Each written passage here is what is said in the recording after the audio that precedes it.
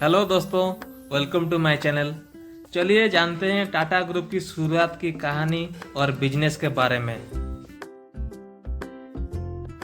टाटा केवल एक business group नहीं बल्कि देश की भरोसा का नाम है और आज हम टाटा ग्रुप की अमेजिंग सक्सेस स्टोरी शुरू से जानने वाले हैं। दरअसल टाटा एक प्राइवेट कंपनी है। 200 साल की एक ऐसी रिहायशी कहानी है जिसने इंडिया बिजनेस का चेहरा बदल के रख दिया। टाटा ग्रुप ने देश को वो सब कुछ दिया जिसकी देश को जरूरत थी।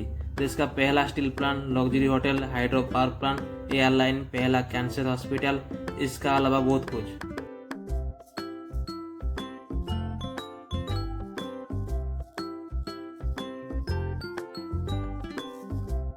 साल 1839 में जब उनके एक लौते बेटे ने जिनका नाम जमशेदजी टाटा का जन्म हुआ तो उनकी परवरिश और पढ़ाई पर भी उन्होंने काफी ध्यान दिए।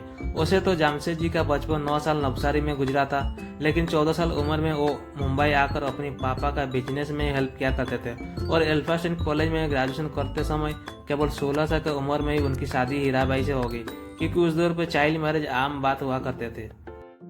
1858 जब जमशेदजी 19 साल की थी और देश अंग्रेज का गुलाम था, उस समय अमेरिका कॉटन का सबसे बड़ा प्रोड्यूसर देश था और अंग्रेज ज्यादातर अमेरिका से ही इंपोर्ट किया करते थे। लेकिन उसी दौरान अमेरिका में सिविल वार शुरू हो गया और वहां से कॉटन का सप्लाई बंद हो गया, जिसका असर हुआ कि इंडिया में कपास का डिमांड बहुत ज्यादा बढ़ गया और जमशेदजी अपने पापा के साथ कॉटन ट्रेडिंग के बिजनेस पूरी तरह से उतर गई और यूनाइटेड स्टेट में भी अपने ब्रांच शुरू कर दिया। लेकिन गौर करने वाली बात ये है कि अभी भी हवाई जहाज और टेलीफोन का शुरुआत नहीं हुई थी और जो एक बिजनेस एक्सटेंशन सिलसिले हांगकांग के दौरे पे तब उनकी आंखें खुली। उन्होंने महसूस हुआ कि बाकी दुनिया हमसे आगे है और देश को अगर दुनिया से बराबरी करने हैं तो इंफ्रास्ट्रक्चर, एजुकेशन, टेक्नोलॉजी, एम्प्लॉयमेंट पर काफ़ी ध्यान देने की जरूरत है। उन्होंने एक ऐसा बिजनेस डेवलप करने के लिए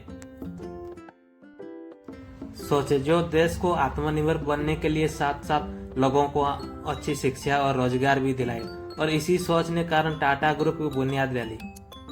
साल 1868 में 21,000 रुपया में कैपिटल के साथ जमशेदजी ने एक ट्रेडिंग कंपनी शुरुआत की और साथ ही मुंबई में एक पुराने ऑयल मिल को खरीदकर अलेक्जेंड्रा नाम को कॉटन मिल में कन्वर्ट कर दिया। हालांकि ये मिल 2 साल चलने के बाद उन्होंने इसे अच्छा मुनाफा में बेच दिया और जो पैसा मिले उन्होंने मुंबई पोर्ट से 800 किलोमीटर दूर नागपुर में कॉटन मिल की शुरुआत की, जो कि इम्प्रेस मिल नाम पे शुरुआत की।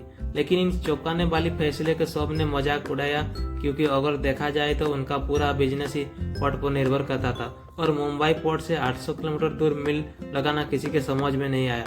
लेकिन जमशेदजी ने अपना एक्सपीरियंस से डिसीजन लिया था। दरअसल सैकड़ों लोगों को रोजगार भी मिला और टाटा ग्रुप फेमस होने लगा। वहीं जमशेदजी ने एम्प्लॉयज वेलफेयर बारे में सोचना शुरू किया और इम्प्रेस मिल कर्मचारी के लिए भविष्य निधि यानी कि प्रोविडेंट फंड, इंश्योरेंस, ग्रेच्युटी जैसे स्कीम शुरुआत की। यहाँ तक कि फैक्ट्री में वर्किंग कंडीशन सुधारने के लिए नौकरी जिनका समय 8 घंटे कर दिया गया, सुरक्षा के उपकरण लगाए गए और बिना सैलरी कटौती छुट्टियां से शुरुआत जमशेदजी ने किया था।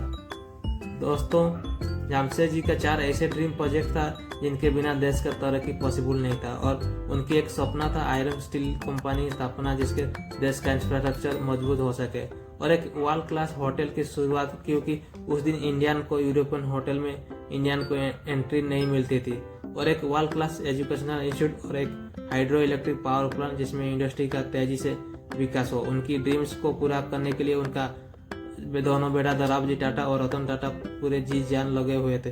लेकिन दोस्तों, आपको जानकारी के लिए बता दूं, हमारे रतन टाटा सर के ग्रैंडफादर नाम भी सर रतन टाटा ही था। साल 2003 में जमशेदजी का एक सपना हकीकत में बदला जब मुंबई में एक कोलाबा तट पर ताजमहल होटल खोला गया। अनफॉर्चुनेटली साल 2004 में जर्मनी में उनकी डेथ हो गई।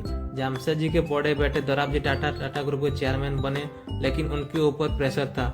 उनके पापा का सपना अधूरा काम को पूरा करने के लिए और काफी मुश्किलों के बाद साल 1907 में उन्होंने टाटा आयरन स्टील यानी कि टिस्को स्थापना की थी, जिसे हम आज टाटा स्टील नाम पे जानते हैं। और आपको जानकर हैरान होगी कि आज का जमशेदपुर जैसे हम टाटा नगर नाम पे जानते हैं, उसे टिस्को एम्प्लॉय के लिए दोराबजी ने साक्षी सिटी बनाई हुई थी।